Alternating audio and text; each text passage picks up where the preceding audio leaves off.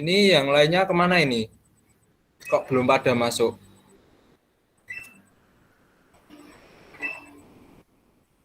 Halo? Halo? Pada kemana ya? Kok nggak ada orangnya? Hadir Yang Pak. yang lain Ya, nyusul Pak. paling Pak. Ini baru setengahnya ini. Ini ada yang nggak masuk? Belum masuk semua ya? Belum, Mbak. Ya udah, kita mulai dahulu aja ya. Biar nanti yang terlambat biar biar langsung masuk ke Meet aja. Sebelumnya, Assalamualaikum warahmatullahi wabarakatuh. Waalaikumsalam. Waalaikumsalam warahmatullahi wabarakatuh. Mari sebelum kita memulai pembelajaran pendidikan jasmani di pagi hari ini, kita berdoa menurut keyakinan dan kepercayaan kita masing-masing. Berdoa, mulai. Cukup? Nah, sebelum kita masuk ke materi pembelajaran, Bapak akan mempresensi terlebih dahulu ya. Rifki, ada? Halo, Mas Rifki, ada nggak Halo ini? Pak, hadir. Oh ya, Mas Yusril, Hadir Pak. Mas Dipto, Mas Dipto hadir nggak ini? Hadir toh yo, selalu hadir toh yo pelajarannya Hadir Pak. ya, oke hadir. Mbak Devisa, Ya, hadir. hadir. Mas Bambang,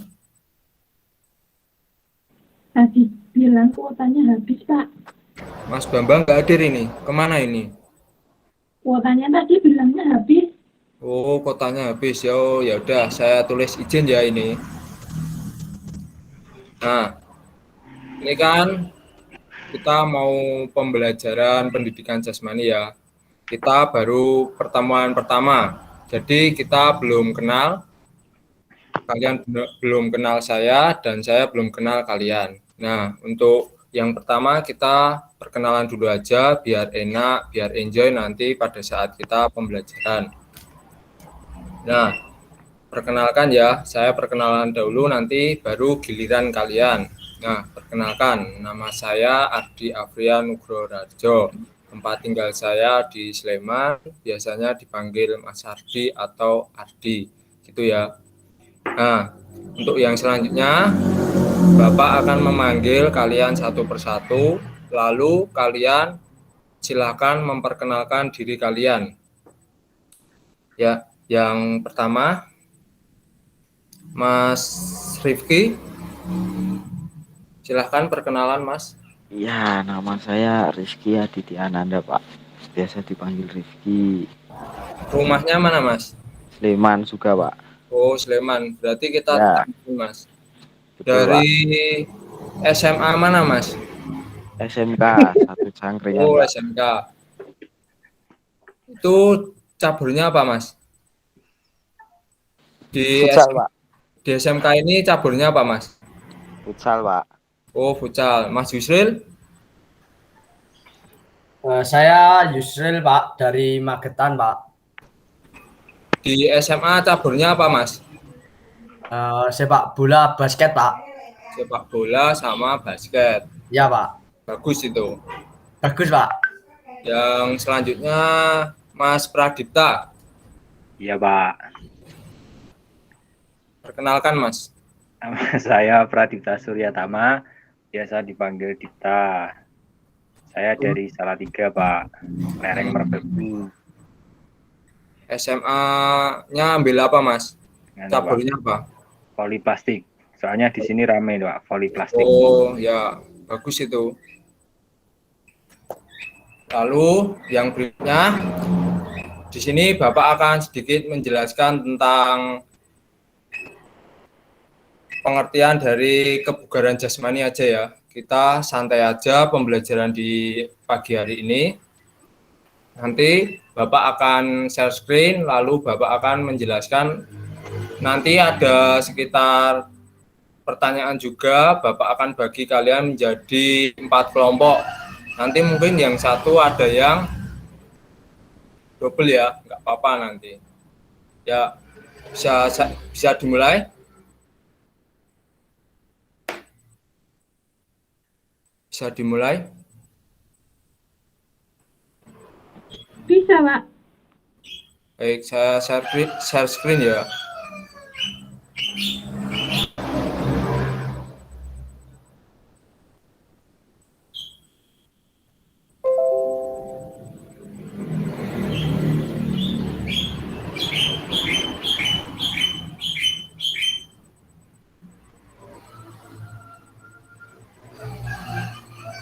Sudah kelihatan? Sampun. Sudah. Ya, materi di pagi hari ini pendidikan kebugaran jasmani ya. Nah, kebugaran jasmani itu dibagi menjadi 4. Yang pertama ada hakikat kebugaran jasmani. Yang kedua ada komponen kebugaran jasmani. Yang ketiga ada kebugaran jasmani. Prinsip kebugaran jasmani. Yang keempat ada bentuk latihan kebugaran jasmani. Nah, yang pertama, kebugaran jasmani. Kebugaran jasmani merupakan kebutuhan yang harus dipenuhi agar kita dapat menjalankan aktivitas kehidupan sehari-hari dengan baik. Definisinya, kebugaran jasmani adalah kesanggupan tubuh untuk melakukan aktivitas tanpa mengalami kelelahan yang berlebih.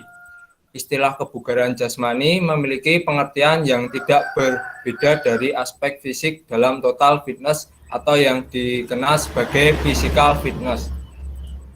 Secara umum, pengertian kebugaran jasmani adalah kemampuan seseorang untuk menjalankan aktivitas kehidupan sehari-hari dengan ringan dan mudah tanpa merasakan kelelahan, yang berarti serta masih mempunyai cadangan tenaga untuk melakukan kegiatan yang lain.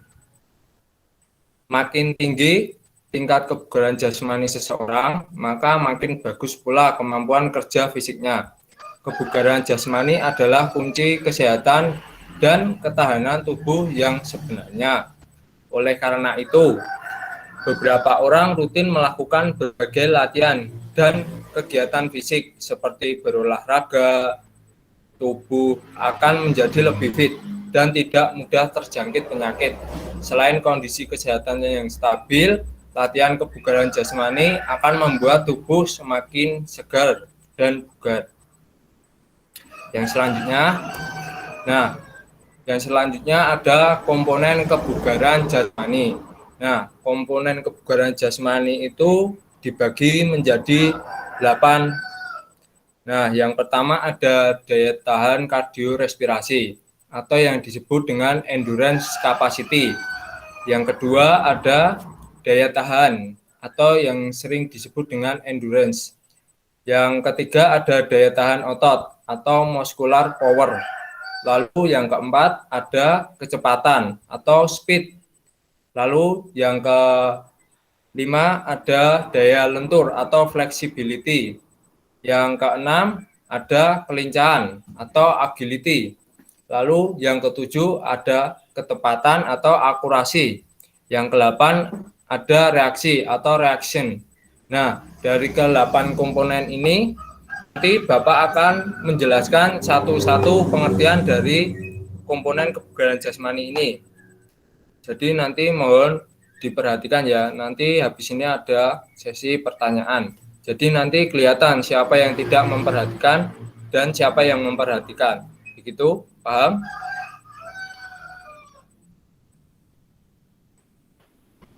Paham enggak ya? Paham, Pak. Baik. Nah, yang pertama ada daya tahan kardiorespirasi atau endurance capacity. Nah, daya tahan kardiorespirasi adalah kesanggupan sistem jantung, paru-paru, dan pembuluh darah untuk berfungsi secara optimal pada keadaan istirahat dan kerja dalam mengambil oksigen dan menyalurkannya ke jaringan yang aktif sehingga dipergunakan pada proses metabolisme tubuh. Yang kedua, ada daya tahan atau endurance. Daya tahan adalah kemampuan seseorang dalam menggunakan sistem jantung, paru-paru, atau sistem pernafasan dan peredaran darah secara efektif dan efisien untuk menjalankan kerja secara terus-menerus dan tidak berhenti. Lanjut, yang selanjutnya ada daya otot atau muscular power. Muscular power ini, daya otot adalah kemampuan seseorang untuk menggunakan kekuatan maksimum yang dikeluarkan dalam waktu yang sangat singkat. Selain itu, hal ini dapat juga dihubungkan dengan sistem anaerobik dalam proses pemenuhan sebuah energi. Yang selanjutnya ada kecepatan atau speed. Nah, speed ini biasa juga disebut dengan kemampuan seseorang untuk mengerjakan gerakan secara kontinu atau terus-menerus dalam bentuk yang sama dengan waktu yang pendek atau relatif singkat. Jadi kayak kita lari 100 meter gitu, itu termasuk dalam kecepatan atau speed itu tadi. Sampai sini paham? Ada yang mau ditanyakan? Belum, Pak. Baik, saya lanjutkan ya. Yang selanjutnya ada daya lentur atau flexibility. Nah, daya lentur sering disebut dengan flexibility. Ini adalah tingkat penyesuaian seseorang pada segala aktivitas kerja secara efektif dan efisien dengan cara penguluran tubuh yang baik. Jika seseorang memiliki kelenturan yang baik, maka orang tersebut akan dapat terhindar dari cedera. Jadi, flexibility ini sangat penting ya. Nanti jika tubuh kita tidak lentur, nanti kita pada saat kita berolahraga itu rentan akan terkena cedera. Nah, itu gunanya flexibility itu, biar kita tidak pada waktu berolahraga kita tidak gampang cedera gitu. Lanjutnya kelincahan atau agility. Kelincahan adalah kemampuan seseorang merubah posisi pada era tertentu, misalnya saja bergerak dari depan ke belakang, lalu kembali ke depan. Selain itu, dari kiri ke kanan atau dari samping ke depan, hingga dari kiri ke tengah, kemudian ke depan, dan sebagainya. Nah, begitu yang dinamakan dengan kelincahan atau agility. Yang selanjutnya ada ketepatan atau akurasi. Nah, ketepatan adalah kemampuan seseorang mengendalikan gerak-gerak bebas tubuh terhadap suatu sasaran. Beberapa contoh olahraga yang membutuhkan keakuratan ini ada seperti memanah, itu butuh kayak akurasi ya, biar bidikan kita itu sesuai dengan nilai yang besar di tengah itu loh. Terus bowling, supaya saat kita melempar terkena semua itu sasaran yang ada di depan. Sepak bola sama juga, dan basket. Sepak bola kita ketepatan saat kita mencetak gol, lalu basket saat kita juga memasukkannya ke ring. Gitu.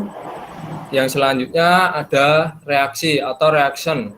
Reaksi adalah kemampuan seseorang untuk segera bertindak dan menanggapi rangsang yang ditangkap oleh indera.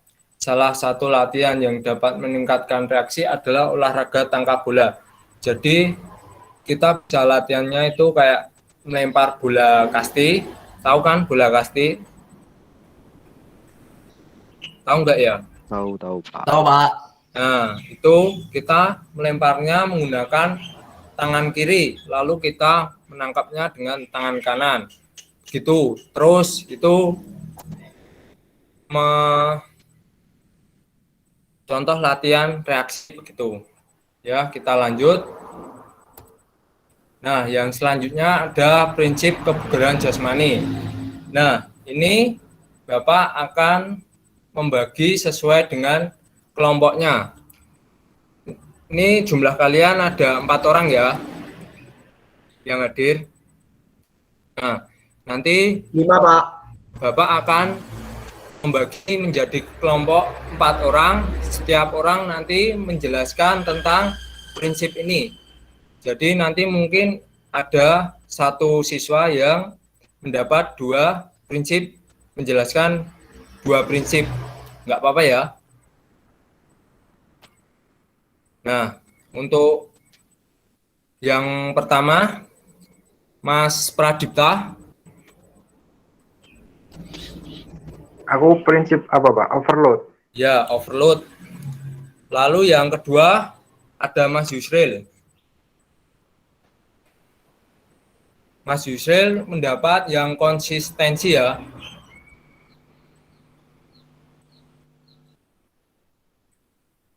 Yang ketiga ada Mas Rifki. Mas Rifki, halo. Halo. Mas Rifki nanti mendapat prinsip spesifikasi. Siap. Lalu yang keempat, Mbak Devisa ada. Devisa, halo.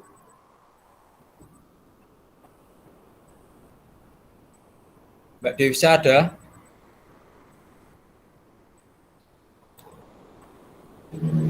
Mungkin sinyalnya ya ini. Ini mungkin sinyalnya Mbak Devisa baru terkendala. Mungkin Mas Yusril bisa yang prinsip progresif.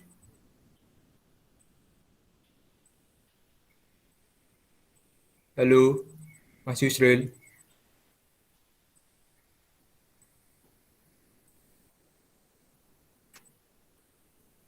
Halo, Mas Yusril.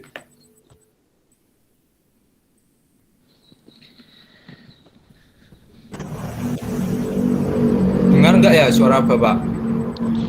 Dengar, Pak. Nanti Mas Yusril 2 ya, sama prinsip progresif. Nanti kalau Mbak Devisa ada ya nggak jadi. Mas Yusril tetap yang konsistensi, begitu. Lalu yang terakhir, prinsip individual. Nah, prinsip individual ini yang terakhir nanti ada yang mau sukarela karena ada yang sinyalnya jelek.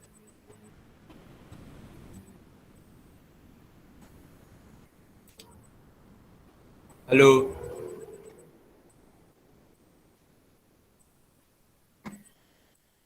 Ya, Mas Pak. Pradipta. Mas Pradipta ada? Ada Pak Ardi. Ya, Mas Pradipta. Yang prinsip individual. Berarti saya 2, Pak. Ya, 2. Nggak apa-apa, Thomas? Nggak apa-apa. Saya apa, Ya. Pak? Nah, Oh, Mbak Devisa udah bisa sinyalnya. Tadi jelek toh. Iya. Saya apa, Pak? Yusril, Pak. Tadi saya ulangin ya. Ya. Untuk yang prinsip overload bisa dijelaskan dengan Mas Pradipta. Lalu yang kedua, prinsip konsistensi. Nah, itu Mas Yusril. Lalu yang prinsip spesifikasi Mas Rifki. Yang prinsip progresif Mbak Devisa. Dengar, Iya. Mbak? Lalu yang prinsip individual kembali lagi ke Mas Pradipta. Baik, sudah paham? Paham, Pak? Paham. Nah, nanti Bapak akan memberi waktu sekitar 10 menit. Ya, nanti kalau misal belum selesai bisa tambah 1 menit atau 2 menit. Gitu ya. Mungkin sampai sini paham? Paham, Pak? Baik, bisa dimulai sekarang.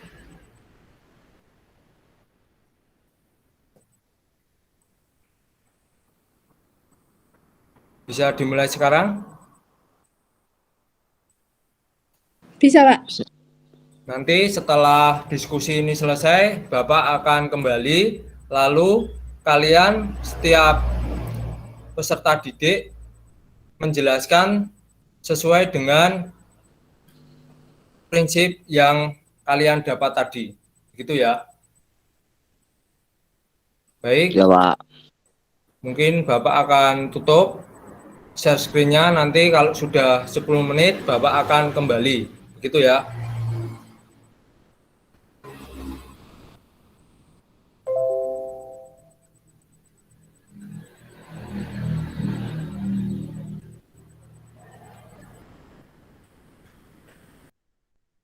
Baik, silakan dikerjakan.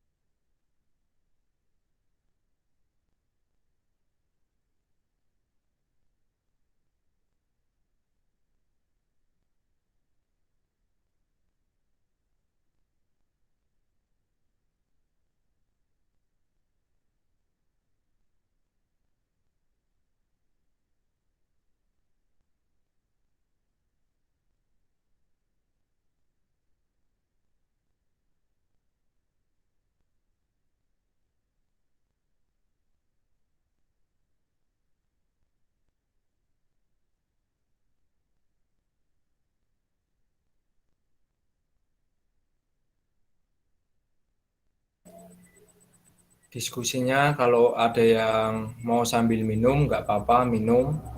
Yang penting jangan makan ya. Kalau minum nggak apa-apa kalau haus. Walaupun kita daring ya, tapi jangan sampai waktu pembelajaran makan. Kalau minum masih nggak apa-apa. Gitu ya.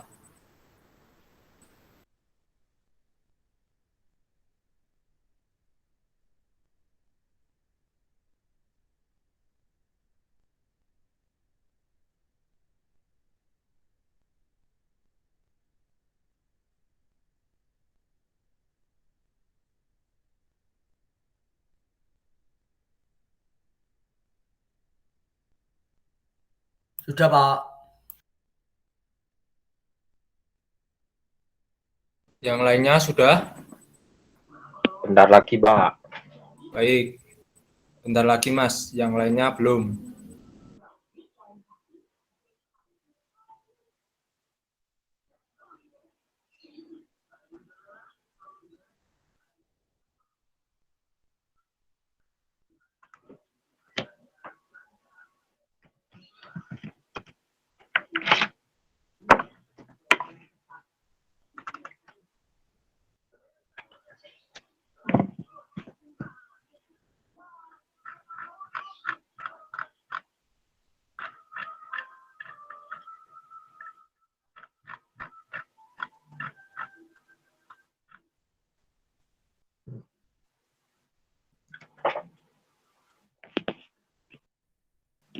Sudah, Pak. Yang lainnya sudah belum ya? Mas Rifki? Sudah. Sudah. Mbak Anissa? Halo Pak. Sudah.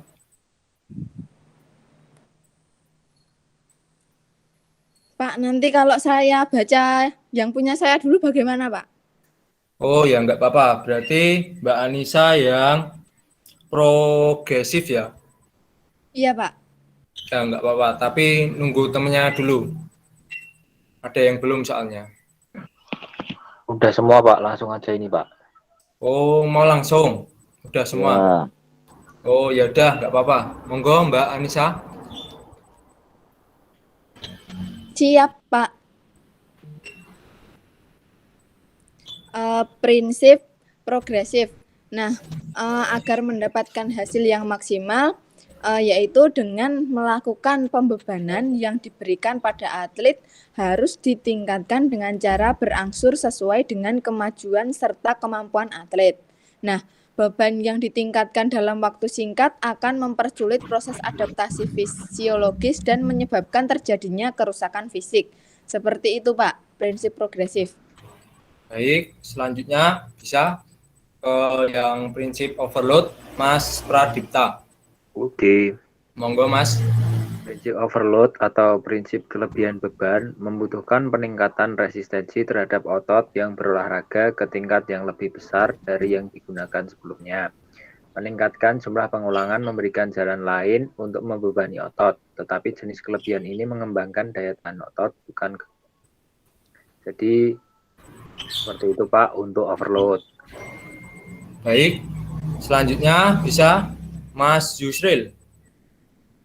Mas Yusril, prinsip Pak. konsistensi. Ya Pak, jadi untuk prinsip konsistensi di pendidikan kebugaran jasmani itu adalah prinsip bagaimana kita melakukan secara teratur atau terjadwal pada saat kita akan melakukan olahraga apapun, agar olahraga yang kita tekuni itu bisa kita dapatkan secara maksimal, seperti itu Pak. Sehingga kita harus melakukan olahraga yang secara konsistensi atau terjadwal tersebut, seperti itu Pak. Baik, selanjutnya Mas Rifki, prinsip spesifikasi. Monggo Mas, bisa dijelaskan. Prinsip spesifikasi. Jadi prinsip spesifikasi ini gunanya untuk meningkatkan efek biologis serta juga untuk menimbulkan adaptasi dan penyesuaian dalam tubuh kita. Konsep ini konsep ini diperkuat dengan fakta-fakta biomekanik, di mana tiap bentuk atau tipe itu memiliki sumber energi dan kebutuhan oksigen yang berbeda. Seperti itu. Baik, bagus. Yang terakhir, prinsip individualitas. Tadi saya menunjuk Mas Pradipta ya. Sudah, Mas? Ya, Baik, silahkan. prinsip individualitas yaitu memperhitungkan bahwa setiap anak memiliki tujuan yang berbeda untuk aktivitas fisik dan kebugaran otot serta tingkat kebugaran otot awal yang berbeda. Jadi maksudnya itu adalah setiap anak atau setiap orang itu mempunyai tingkat kebugaran fisik yang berbeda-beda. Jadi dalam melakukan latihan atau itu orang itu beda-beda. Jadi bebannya tidak boleh sama. Mungkin kurang lebihnya seperti itu, Pak. Baik, cukup. Nah, kan kalian sudah mempresentasikan hasil belajar kalian ya. Nah, di sini yang selanjutnya Bapak akan coba mengecek dari hasil diskusi kalian tadi siapa yang tidak memperhatikan. Jadi Bapak akan menunjuk kalian tapi tidak sesuai dengan materi yang Bapak pilihkan tadi. Jadi sekarang Bapak acak memilihkan materinya. Jadi nanti mengecek biar supaya kalian pada mendengarkan atau tidak saat temannya tadi mempresentasikan. Begitu. Paham? Siap, Apa? Pak. Siapa? Baik. Prinsip-prinsip tadi kan, Pak? Ya. Prinsip tadi ya. Siap. Saya duluan juga nggak apa-apa, Pak. Wah. Yang pertama untuk Mas Rifki. Coba Mas jelaskan dari prinsip overload. Monggo Mas.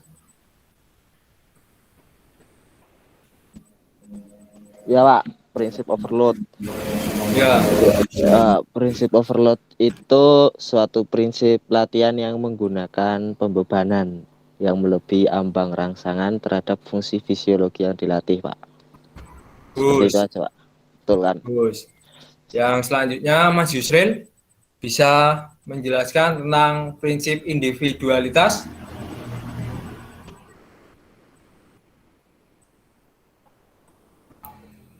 Jadi prinsip individualitas itu prinsip yang ada pada diri kita sendiri. Seperti itu, Pak. Sehingga pada saat kita latihan, yang tahu kekuatan, yang tahu diri kita sendiri, dan untuk apa kita latihan itu adalah diri kita sendiri. Sehingga semuanya berasal dari kita sendiri. Seperti itu, Pak. Bagus sekali Mas jawabannya. Baik, yang selanjutnya ada prinsip progresif.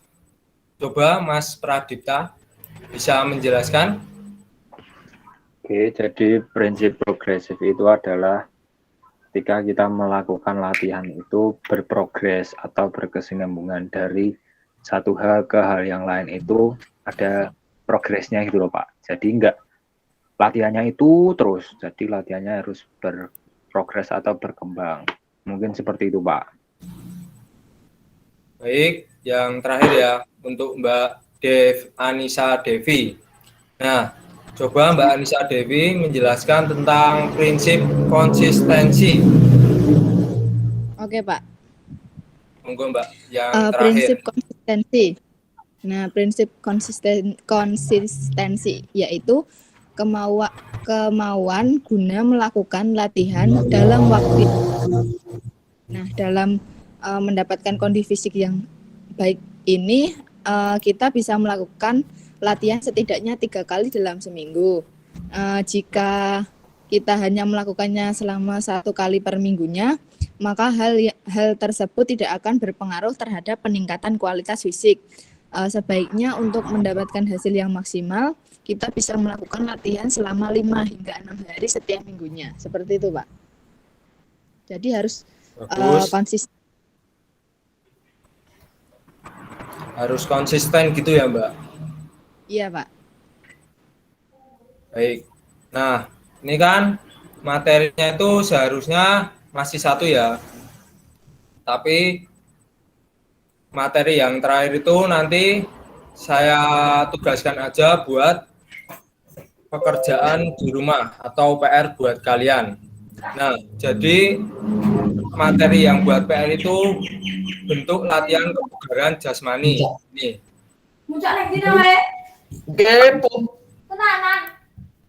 menjelaskan atau memberikan contoh-contoh latihan. Ilmu.